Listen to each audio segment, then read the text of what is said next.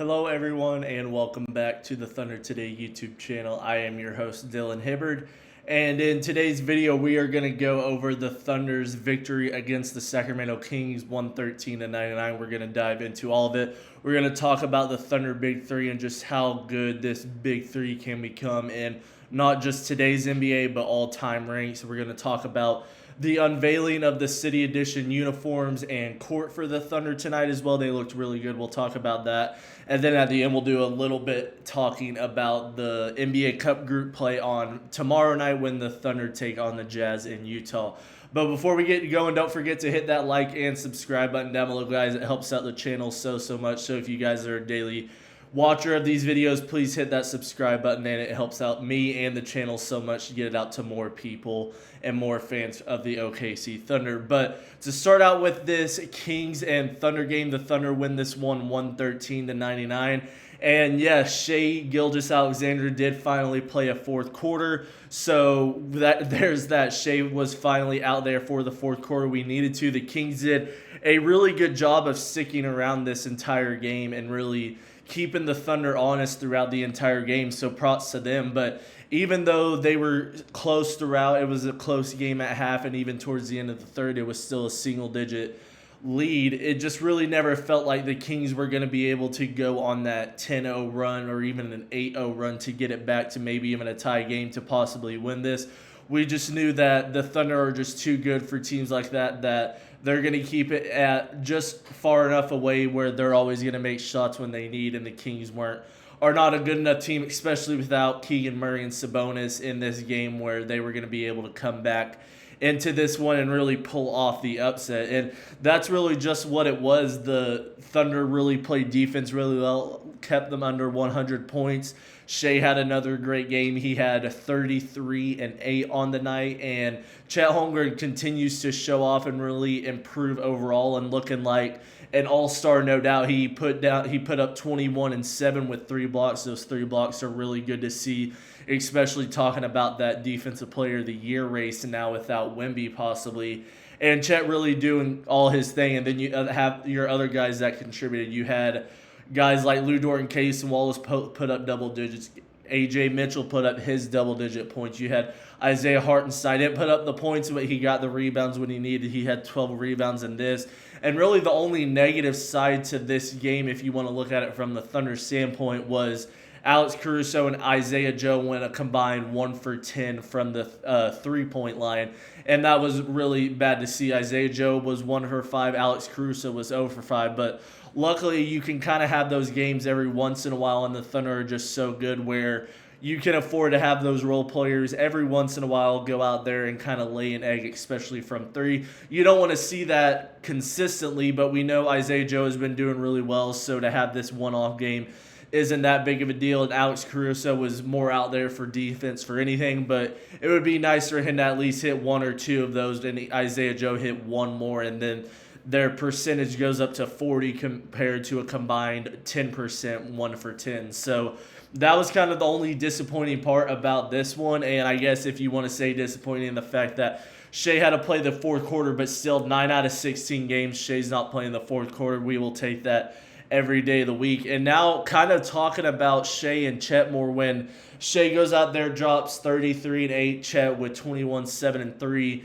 And with the emergence of possibly J-Dub coming this weekend or even next week, you kind of have to start talking about, because especially with this leap from Chet, where does this Thunder trio possibly rank right now? And come by the end of it, where could they possibly be in the all-time rankings depending on championships? And right now, I think without a doubt, when all 3 are healthy, I think nobody really comes close to the big 3, and most people would agree to that.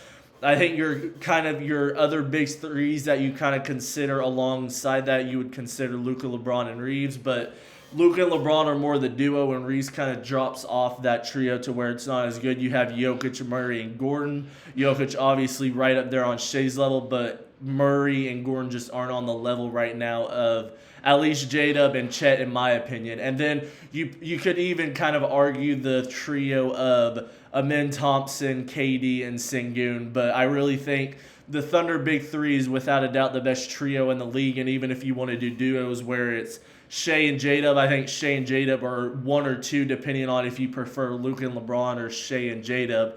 So, I mean, this trio is going to go down as one of the best all time. You look at kind of the big trios of all time and what they were able to do. You had the trio of Curry, Klay Thompson. I would put Draymond Green because Green was there. You can also do Haiti, but those guys were able to win 4 rings. You have the trio of LeBron, Wade, Bosh. You have Parker, Ginobili, and Duncan for the Spurs. You have obviously the Jordan, Pippen, and Rodmans out there. You don't really have a trio with the Kobe teams, but you know what your trios are, and you go back in history and you look at what the trios were able to do. It's going to be interesting to see how the Thunder shape up to it by the time that they wrap everything up, and they're either going to be on separate teams or they're going to retire where that trio ranks. And to be in one of the best trios of all time and kind of in that conversation, you need to win multiple championships. So you have to hopefully go back-to-back this year, and you can add on even more and kind of get into those 4 or 5 ring categories to be considered one of the greatest trios of all time. But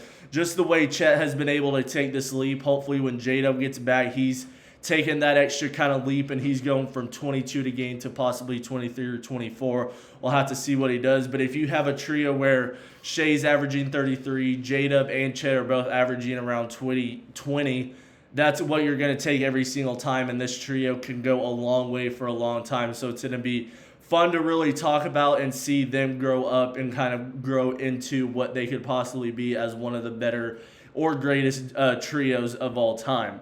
But we'll kind of shift back into last night's game, talking more about the City Edition jerseys and the court. And this was the first time the Thunder wore these in on the court in this season. If you guys weren't here in the offseason, we talked about it a lot. It's that really dark navy blue, kind of the tribute to Native Americans. And I really think these jerseys are absolutely amazing. We saw them early. We saw them in the offseason. Some people weren't in love with them. I loved them from the start. A lot of people liked them.